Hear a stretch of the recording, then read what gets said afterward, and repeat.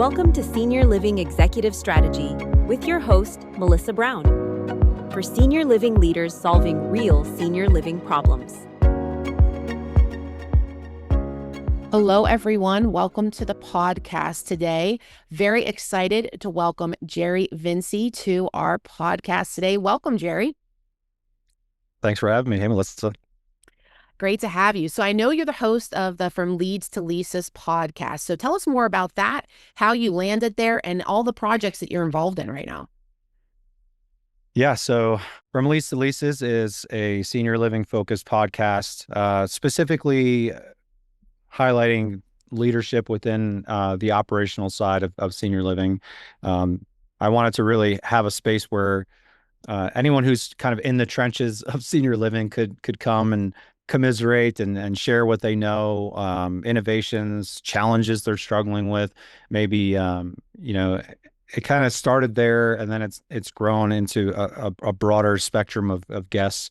But overall, our goal is just to help support the industry and help, maybe help operators find a new, different way of doing things, whether it's through technology or strategy that maybe they hadn't thought about before. So that's been going on we're in season 3 now. So we've been doing that for the last 3 years, and I've interviewed hundreds of guests on that show. And just what I've personally learned and and taken and applied to what it is that we're doing has been invaluable, through that experience. So I'm really grateful for that. And then in terms of business, I run 2 firms that both work inside senior living. One is on, the private pay side of senior living. So we help manage independent living, assisted living, memory care. I don't necessarily work in like skilled nursing or Medicaid. That's kind of a different world. But on the operational side, my agency is called CCR Growth, and we're a demand generation agency.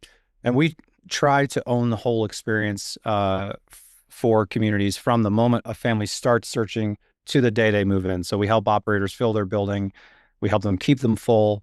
And we do that with systems instead of like hustle and a lot of chaos that tends to be the case in a lot of communities. And then on the capital facing side of senior living or senior housing, we have a company called Nordon. It's spelled Nordon. And I co-founded that to give investors and lenders and capital partners kind of like an independent assessment of whether the census that they're underwriting is real, is what they're looking at defensible, is it going to hold up over time, right? Because as we know, like census is kind of like a lot. It's something that it's based on past data. It's not based on future data. So how do we make sure that, if a community is sitting at 90%, it's going to stay at 90%, or it's going to be able to grow and stay competitive in that market? So Nordon is essentially partnering with due diligence firms and investment committees that are looking to kind of get answers to those questions. Is this operator able to maintain census or grow census in a specific market? And we're helping answer those questions.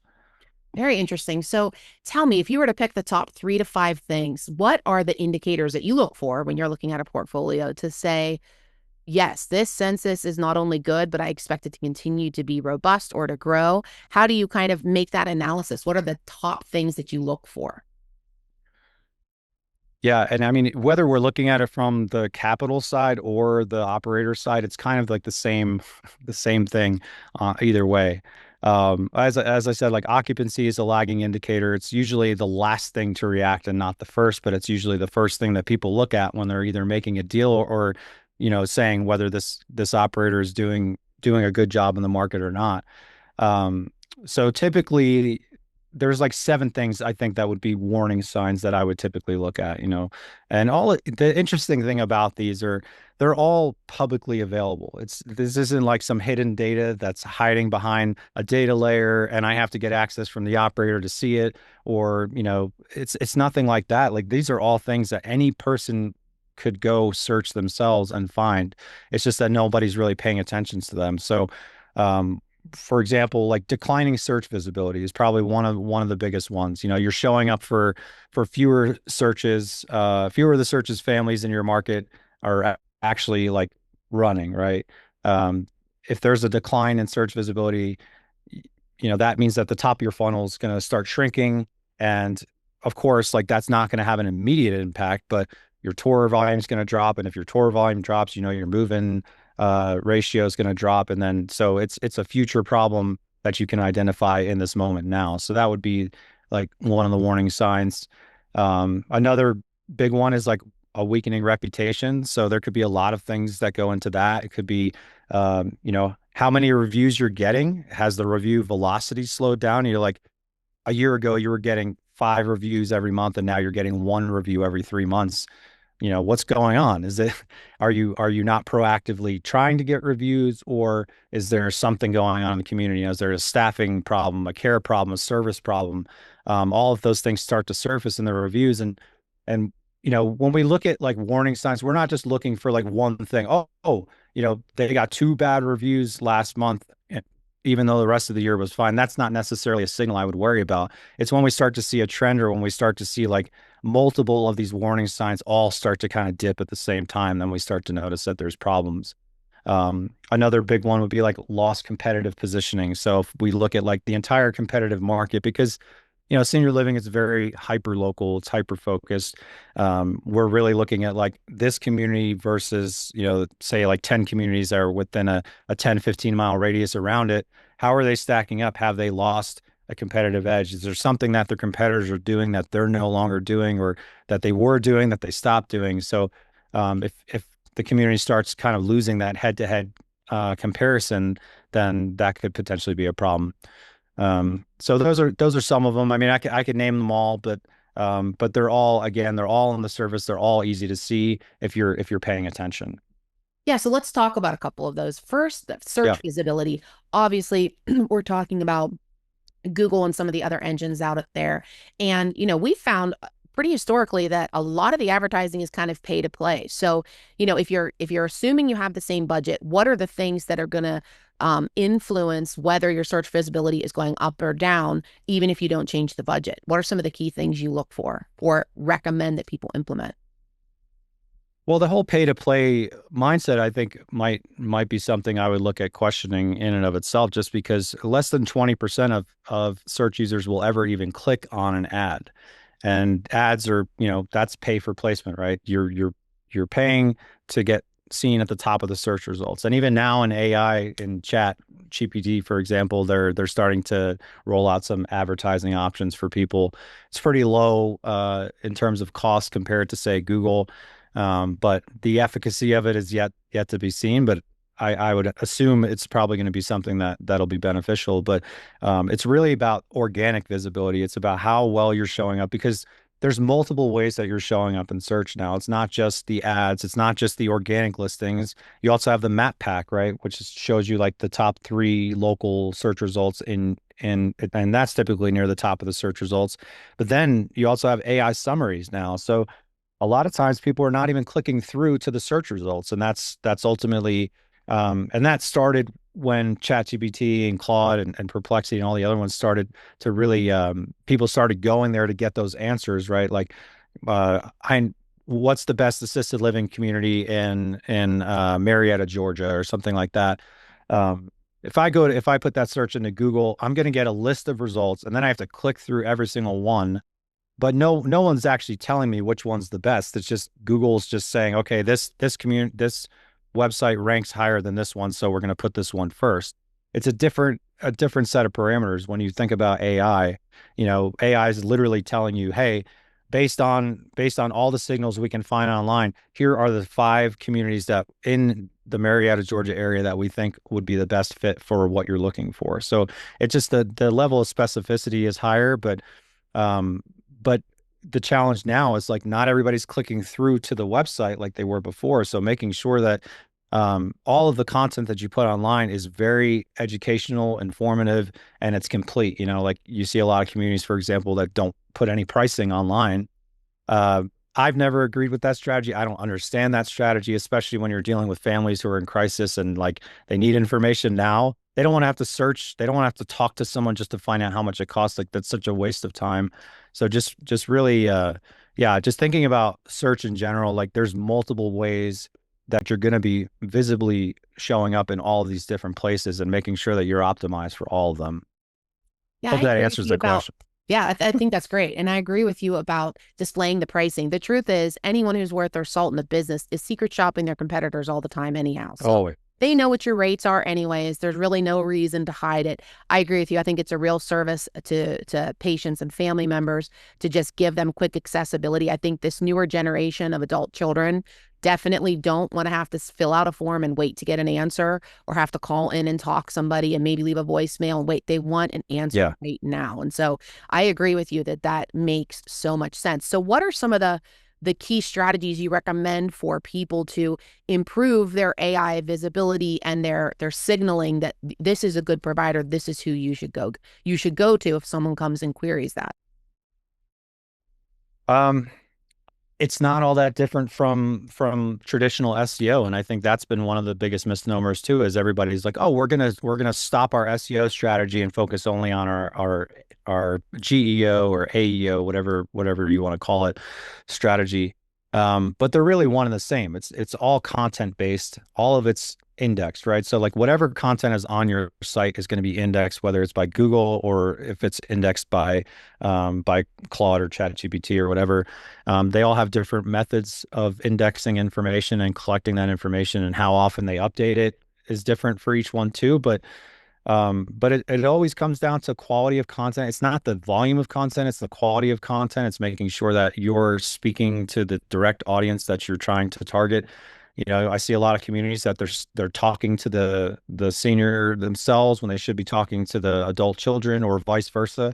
You know, making sure that all of that content is doing that. I think that's probably the best piece of advice, is really just looking at your site, making sure every possible question that someone could potentially ask you, do you have an answer for it somewhere on your website? Do you have a blog post that talks about it? Do you have an FAQ page that answers those questions specifically? And then making sure that the content's also like conversational. It's not written for search engines. It's actually written for humans who are going to be the ones reading it and absorbing it, and using that information to actually make a decision whether they want a tour or not.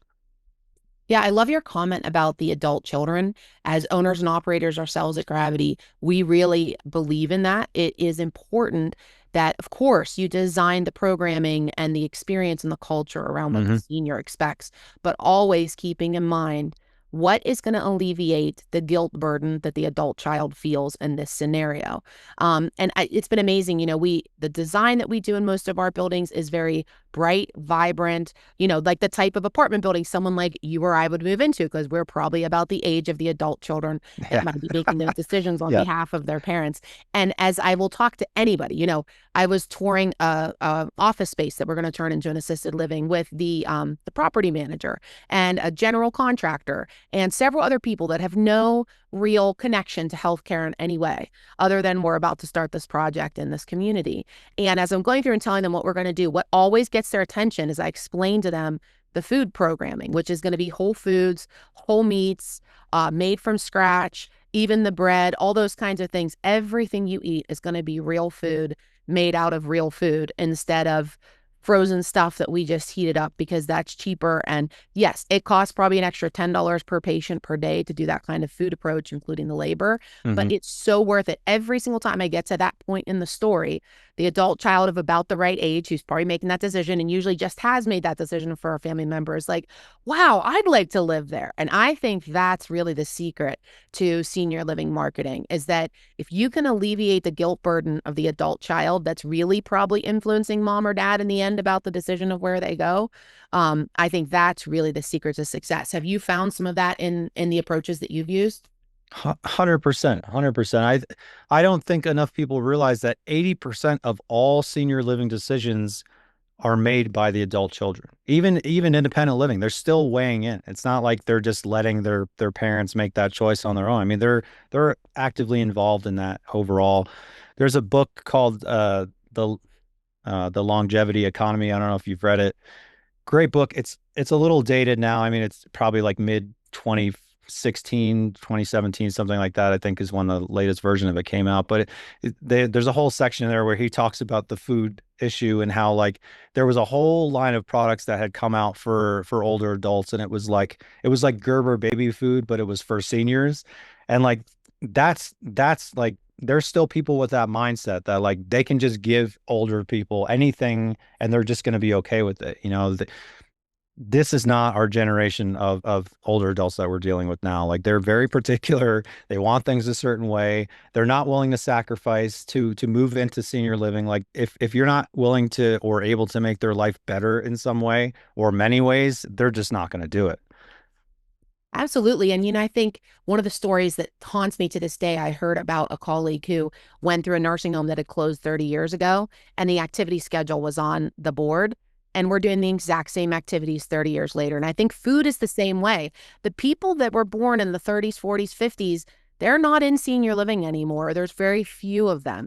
What are the food preferences of people that were born in the 60s, 70s, or even, the 50s at this point? What are their kind of food preferences? Now, it's probably not canned green beans and fake mashed potatoes. So, Right. Again, even if they eat that way at home, if they're presented with whole foods, real food, things made from scratch, it's going to taste better. Their appetite's going to be better. Their health is going to be better. We know that those processed packaged foods have so many ingredients in them that don't contribute to our overall health. And to me, if you are able to help your seniors living in your community live longer, that's just only going to help census.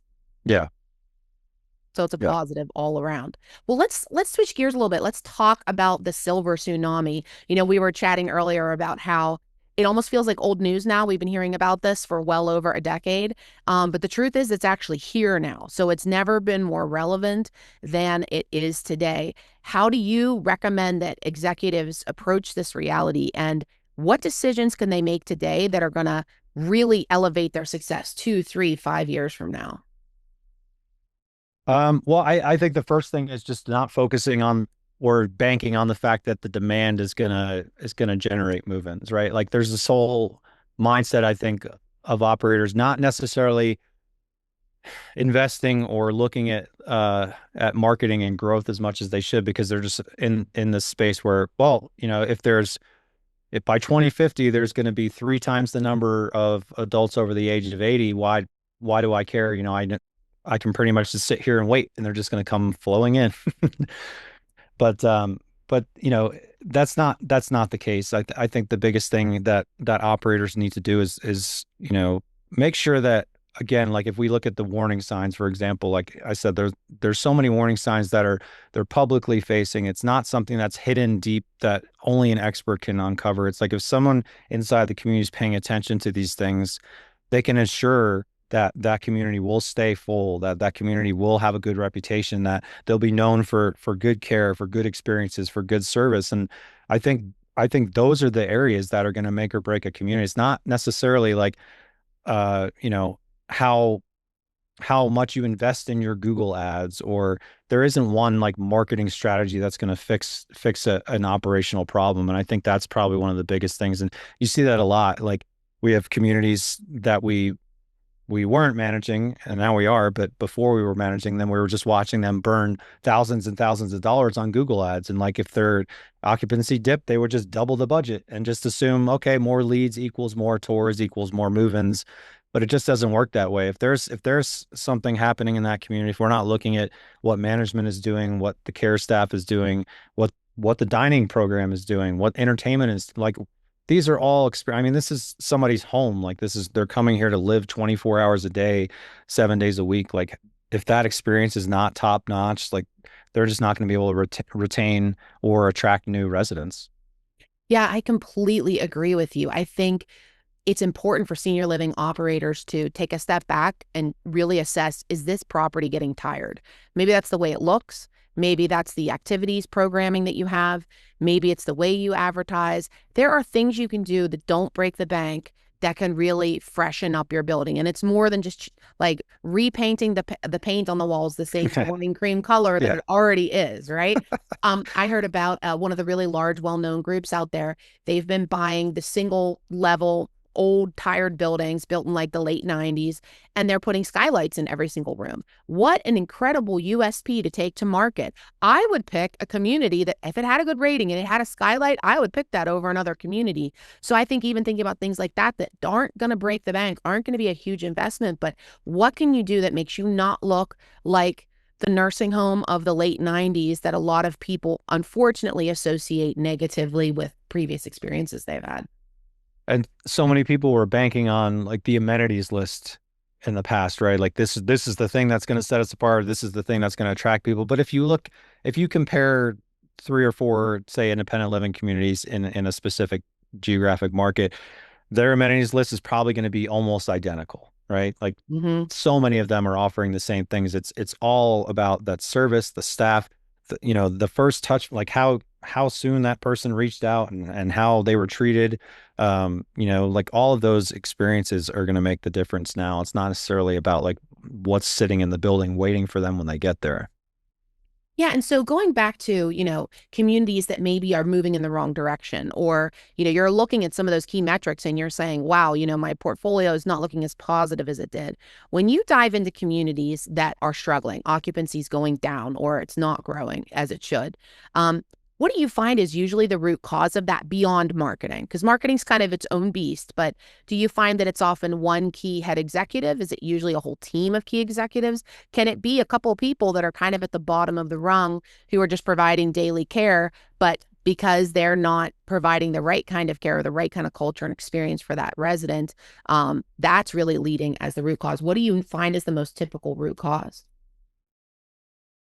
Every situation is unique. I think, that particular situation, I would say like that's a retention issue. Like if the bot, like your frontline care workers, if there's an issue there and, residents are experiencing that firsthand, then you're going to have a really hard time keeping your census where it's at, because people are going to start leaving. And then you've got not only a staffing problem, but you've got an occupancy problem on top of it. So that's probably a big one. I mean, it's usually either a staffing, a care issue, or a service problem that typically will start to surface, and you'll start to see a decline across those different warning areas. Something else that may not be readily apparent. Especially because most of the people in the community, it's not even something that they're thinking about, but like aggregator dependency, right? Like people relying too heavily on, not people, but operators relying too heavily on, say, a Place for Mom or caring.com or some other third party aggregator that's not necessarily like looking out for the best interest of the community. You see a lot of communities where that's their entire marketing strategy. They rely 100% on a Place for Mom to provide them with move-ins. And, not only is there a cost associated with that, obviously, because every one of those move-ins now you're paying the first month rent and then sometimes even more to a third party. So, it's going to take you 2 to 3 months to even get out of the red for that particular resident. And, if you don't have a very good retention rate, I mean, you could potentially be in the red for quite a while trying to make up the difference. So that's a big one that we look at a lot. And that's kind of like one of our unstated missions as a growth partner for senior living communities is to reduce or remove their reliance on third party aggregators, because we see what that does to their NOI and what it does to their pipeline overall. To not own your pipeline, to not be able to say that like, hey, if we need more leads, we have the tools and the system to do that ourselves, versus like, okay, we're going to have to call Place for Mom and ask them, can they send some more leads our way? Like there's, that's not a very reliable system. And at any point in time, that algorithm shift can change. And all of a sudden they're sending the leads that used to come to you, to your competitors, and there's nothing you can do about it. So it's almost like relying on social media for your entire, marketing strategy.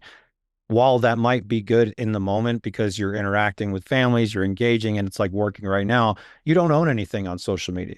At any point in time, Meta can decide, we're not going to have business pages anymore, or we're not going to show videos on our platform, or whatever it is. But they own all of the content that you post on social media, not you. So they can do what they want with it. So relying on outside partners essentially to help drive new business is always a risk that I would look at. Absolutely. Well, we've gotten so much good information from Jerry today that I think we're going to have to split this into an extra podcast or two. So stay tuned for next month as we continue this incredible conversation with Jerry from Leads to Leases, thinking and talking strategically about decisions you can make today that are going to improve your success over the next few years. Take care. Senior Living Executive Strategy is brought to you by Gravity Consulting, an outcomes-focused consulting firm for senior living, skilled nursing, and home health organizations. If something in today's conversation connects to a challenge you're facing, or if your organization has an operational, clinical, reimbursement, or growth issue that needs to be solved, visit gravityconsulting.com to learn how Gravity can help.